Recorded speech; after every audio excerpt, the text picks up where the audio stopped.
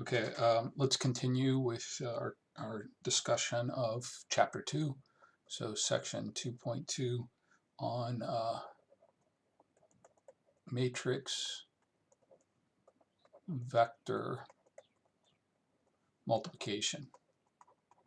Okay, and we'll concentrate here on actually um, uh, expressing our linear system of equations as a matrix equation.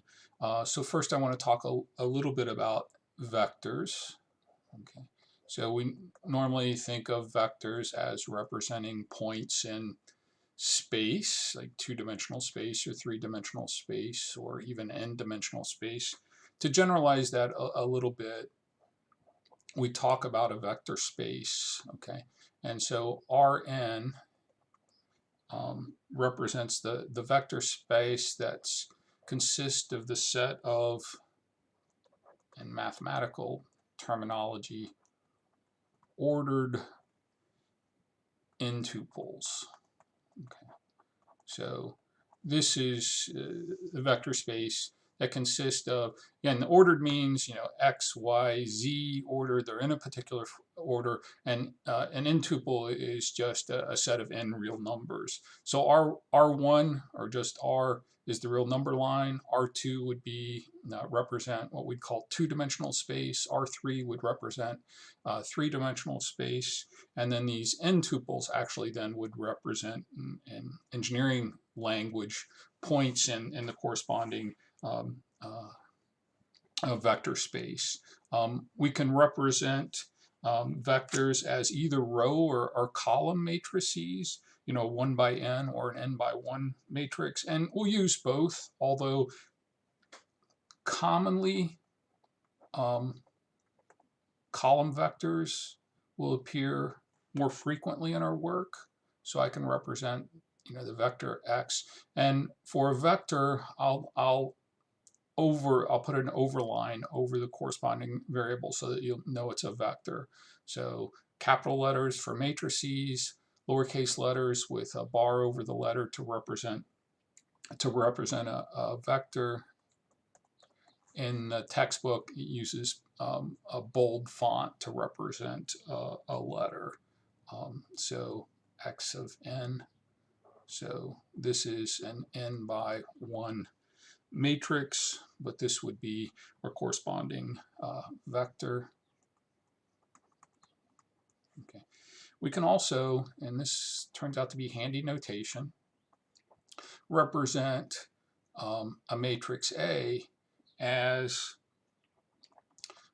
just in terms of its columns, just by putting A1 represents the first column, A2 is the second column, and then there are n columns. Each vector A here, the AI, are m by 1 column vectors. So we can put the column vectors together to form the total m by n matrix. Okay, and now turning our result back to our linear systems, we can represent our linear system actually as a matrix equation.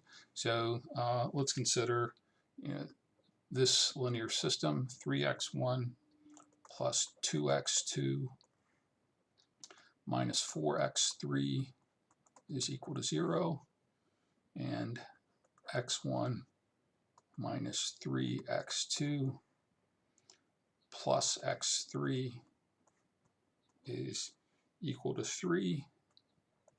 I can rewrite that as x1 times 3 and 1 plus x2. This is just using our properties of scalar multiplication and then matrix addition. So here the first column is 3 times x1, and then from the second equation I get 1 times x1. Then I have x2 times 2 and minus 3. And then finally for x3 I have minus 4 and 1, and then that's equal to my constant vector on the right hand side, 0 and 3. So another way to represent this, in terms of the columns of a particular matrix, if I let this be the first column, this the second column, and this the third column, I can write this again in a slightly different form, x1 times a1 plus x2 times a2 plus x3 times a3 is equal to, I'm going to call the constant vector b. Or finally, I can write this in the form ax is equal to b, where I'm making the following definitions. A is just my matrix of coefficients. So I can get my A matrix quite quickly from my linear system. It's just the matrix of coefficients, 2, minus 3, minus 4, and 1. The x vector is a column vector of my unknowns, x1, x2, and x3 in this case. And then finally, the constant vector is just the right-hand side, 0 and 3 in this case. Okay. And I'm actually I'm going to define this operation, this matrix vector multiplication, as x1 times, so it's the first element of the vector times the first column of the matrix plus the second element of the vector times the second column. And then in this case there are only 3 columns and 3 unknowns. Oops, forgot the overline there. Okay. Or more generally, generalizing, there we looked at a 2x3 system with A equal to, let's consider an m by n system, A1, A2. So this is an m by n matrix, and my column vector of unknowns. I'm going to use introduce a shorthand notation here. It just conserves space on my whiteboard. X3 xn, and then I'm going to write this as transpose. So x is actually a column vector. It's just that if I write it out as a column vector, it takes up a lot of space on the whiteboard. So I'll often use this notation as write x as the transpose of a corresponding row vector. It just takes up less space. So this is actually, the transpose is actually an n by 1 matrix. Then a x, the definition, the multiplication of a matrix times the vector is x1 times the first column in A plus x2 times second column in A plus xn times the last column in A. You could write this in terms of summation notation, I equal 1 to n of xi times the corresponding ith column of A. And this is an m by 1 result. An m by n matrix times an n by 1 matrix gives an m by 1 result. We'll see that when we talk about matrix multiplication next time. So let's look at an example here.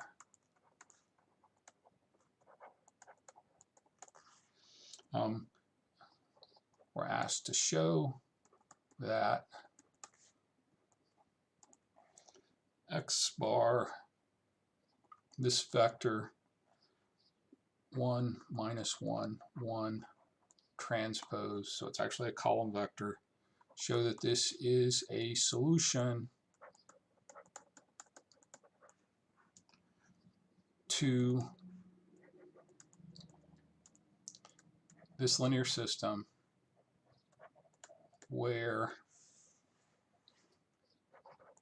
A is equal to 1, 0, 2, minus 1, 1, 0, and B is equal to 3, minus 2. Okay, so AX is, writing it out here, 1, 0, 2, minus 1, 1, 0, and then X is 1, minus 1, 1. So that's going to be equal to 1, first element of X, times the first column of A, 1, minus 1, plus minus 1, times the second column, and then finally the third element of X times the third column of A. And then from our definitions of scalar multiplication and addition, we'll have 1 times 1, plus minus 1 times 0, plus 0, plus 1 times 2. And then for the second element of the vector, we'll have 1 times a minus 1, plus 1 times a minus 1, plus 0, or 3 and minus 2. Okay, so this is a solution to this particular matrix equation.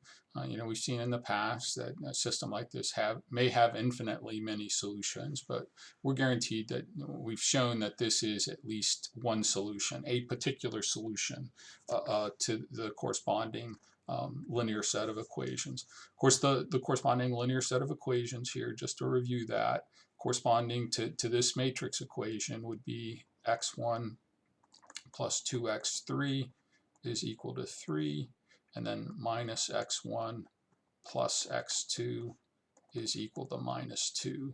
This is the corresponding linear set of equations that corresponds to ax is equal to b. Okay. Now, some of you may question, why I've defined the product of ax like this in terms of the elements of x times the columns of A. Well, it is helpful to think of B actually as being a linear combination of the columns of A. We'll talk more about that in the future, but most of you have probably learned to multiply, do matrix multiplication or matrix vector multiplication, in a slightly easier way than what I've illustrated here. So let's talk about that, and that we can introduce the idea of a dot product. Okay. So the dot product of vector A, which is n by 1, and vector B, which is n by 1. They have to have the same dimension, so they have to be points in 3D space, or points in 2D space, or points in ND space, is just the sum of the products of the corresponding elements plus an, bn. Okay, or using some summation notation, I is equal to 1 to n is ai, bi. Okay, so the ith element of A x bar is the dot product actually of the ith row of A with x. So looking back at that previous example, I could have computed ax much more quickly.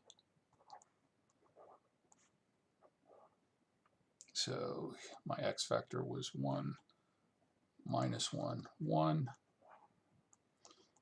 the first element of this result is just the dot product of the first row with x. So I'll have 1 times 1 plus 0 times minus 1 plus 2.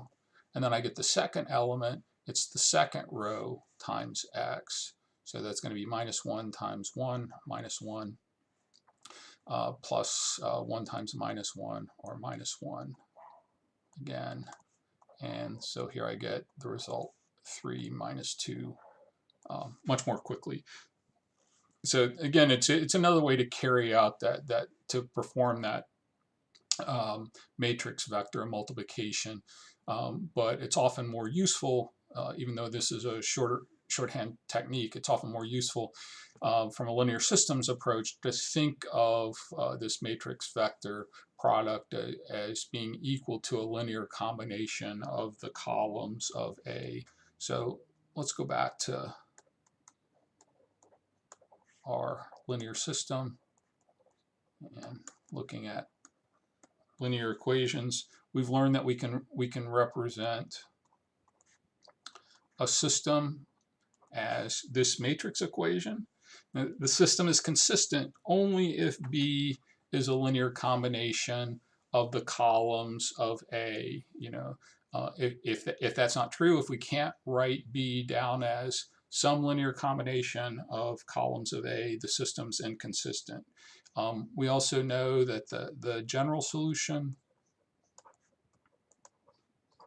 to this system